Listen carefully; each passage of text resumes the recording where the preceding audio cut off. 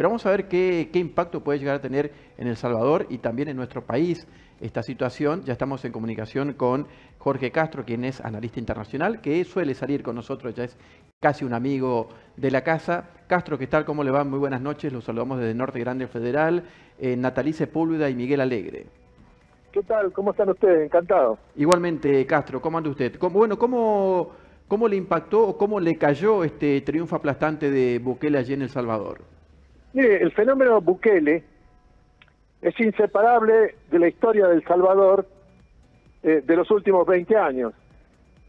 El Salvador es uno de los países de menores dimensiones de América Latina y es el que tiene mayor densidad poblacional en un territorio que es menor a la provincia de Tucumán.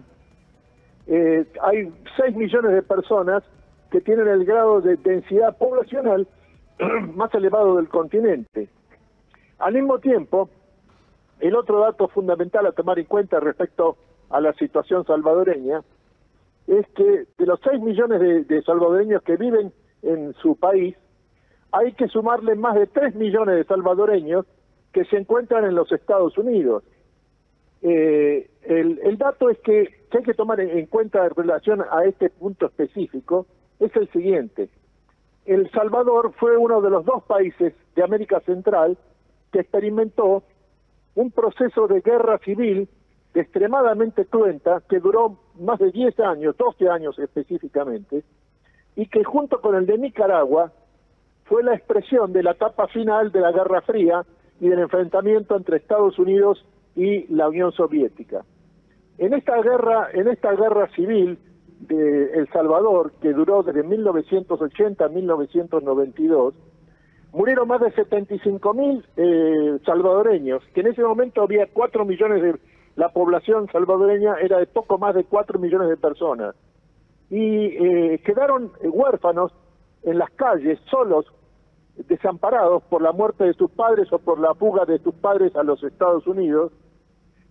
Cientos de miles de niños que quedaron en las calles de El Salvador y en las principales ciudades salvadoreñas. Esta niñez criada en las calles, vinculada directamente al crimen, pequeño crimen al principio, surgió la combinación con un movimiento que se estableció inicialmente en los Estados Unidos y que fue el movimiento de los delincuentes de las denominadas maras, que son organizaciones que desde el principio fueron organizaciones delictivas que en los Estados Unidos, especialmente en Los Ángeles, estuvieron dedicadas al negocio del narcotráfico. La combinación entre el movimiento delictivo de las maras en Estados Unidos, en la comunidad salvadoreña fundamentalmente, y estos cientos de miles de niños abandonados en las calles del Salvador, del territorio del Salvador en Centroamérica, como consecuencia de la guerra civil que provocó más de 75.000 muertos entre 1980 y 1992, fue lo que provocó un estallido del crimen organizado, que es la situación actual y que, mejor dicho, que es la situación que llevó a la irrupción del fenómeno Bukele. El dato entonces a tener en cuenta es que Bukele es algo que surge de la historia del Salvador y que es imposible de comprender si no se tiene una referencia directa a esta historia que es la más sangrienta de América Central y la que ha provocado el ejercicio del crimen organizado más relevante de toda la región. Lo que ha hecho Bukele es responder al reclamo de la sociedad salvadoreña en el sentido de terminar con este flagelo del crimen organizado y del narcotráfico, y lo ha hecho en forma drástica y con una violación clara de ciertos derechos humanos, pero con el respaldo prácticamente unánime de la sociedad salvadoreña. Por eso en estas elecciones, Nayib Bukele ha logrado más de 85% de los votos de la población salvadoreña, que es el presidente de mayor popularidad del continente en el momento actual. Exactamente. Lo que hay que agregar, y con esto termino, si usted me permite. Sí, por favor.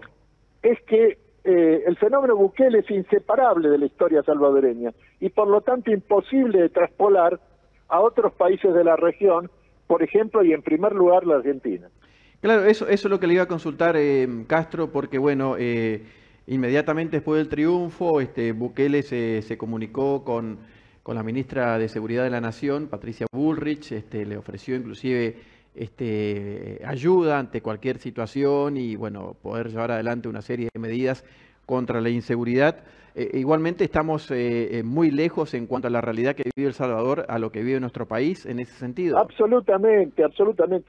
La sociedad argentina es una sociedad intensamente movilizada y politizada, con una sociedad civil extremadamente organizada.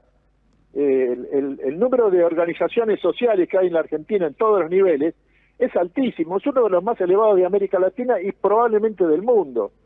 No hay un punto de comparación entre la situación argentina y la salvadoreña.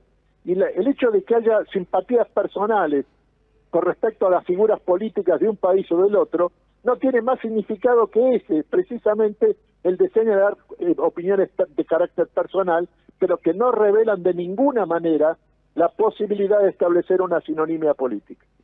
¿Se puede hacer un paralelismo, Castro, en relación a cómo llegó Bukele al gobierno en el 2019, que llegó llegó de parte de un partido que no era los partidos tradicionales? ¿Se puede hacer un paralelismo con la situación de Javier Milei, políticamente hablando? Mire, no, el fenómeno Milei es un fenómeno producto de la Argentina, absolutamente inseparable de la situación argentina, especialmente en la etapa final del gobierno del kirchnerismo, en donde lo que hubo fue un repudio de la sociedad argentina a este movimiento que es el de encabezado por Cristina Fernández de Kirchner, y el reclamo de que se fueran todos. En ese camino apareció esta figura que hace 3 años era un desconocido en la sociedad argentina, que es Javier Milei. Pero esto es un fenómeno propio de la Argentina y que es inseparable de la situación del país en este periodo, sobre todo de los últimos 4 años. Exactamente. Bueno, Bukele obviamente que tuvo una aceptación muy grande por parte del pueblo de El Salvador, Castro, con respecto evidentemente a la cuestión de combatir la inseguridad, pero económicamente, socialmente, ¿cómo está El Salvador? Mire, El Salvador es un país que está experimentando el doble fenómeno de, por un lado, una guerra civil extremadamente cruenta que duró 12 años, y por el otro, la irrupción en gran escala, inmediatamente después de terminada esta guerra civil, del fenómeno del narcotráfico y del crimen organizado a través de las maras surgidas en los Estados Unidos y encarnadas en El Salvador. En este sentido, la economía salvadoreña es una economía que fue particularmente y específicamente destruida. De modo que la situación ofrece alguna mejora que es precisamente producto del hecho de haber logrado, a través de la obra de Bukele, un grado mínimo de estabilidad política y social y de seguridad. Está bien. ¿Se puede buscar por allí o vamos hacia ese camino, Jorge, de presidentes jóvenes, de muchas redes sociales y demás? Mire, no creo. ¿Sabe qué? El problema de la política comparada es que tiende a multiplicar los ejemplos de los parecidos entre figuras completamente disímiles y países que son absolutamente diferentes, Sí, sí. como es el caso del presidente Trump en los Estados Unidos, o Bolsonaro en Brasil, o Javier Milei en la Argentina. Son para comentarios de café las parecidos y las diferencias entre estas figuras. Pero Estados Unidos, Brasil y la Argentina son países completamente diferentes que solo pueden ser comprendidos a partir de sí mismos. Exactamente. Jorge, le agradecemos como siempre esta comunicación o cada comunicación con Norte Grande Federal. Le mandamos un abrazo grande. Un abrazo, gracias por llamarme. No, gracias a usted por la atención. Gracias. Jorge.